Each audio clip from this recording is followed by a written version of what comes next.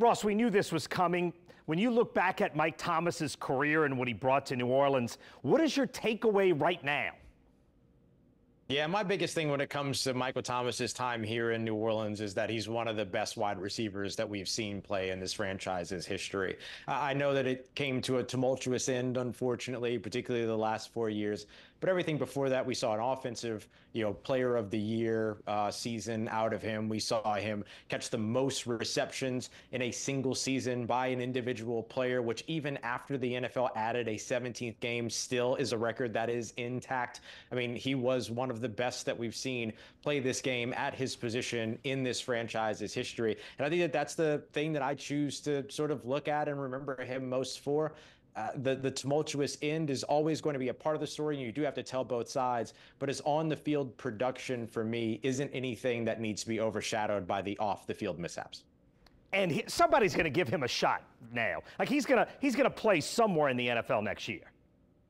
Yeah, I think so. I mean, he's too good a receiver. You look for those X-style receivers in terms of that responsibility, big body, 6'3", 220 plus pounds. Like that type of receiver is still a hot commodity in the NFL. And it's coming out of college less and less and less these days. The position is just getting smaller. It is getting faster, which makes the game very exciting, but it's getting smaller. And so you want those big-bodied guys, and I think that he'll find his spot. The biggest thing for him is going to be, can he answer the injury question? Will he be able to stay on the field in a way that he hasn't been able to over the course of the past 4 years?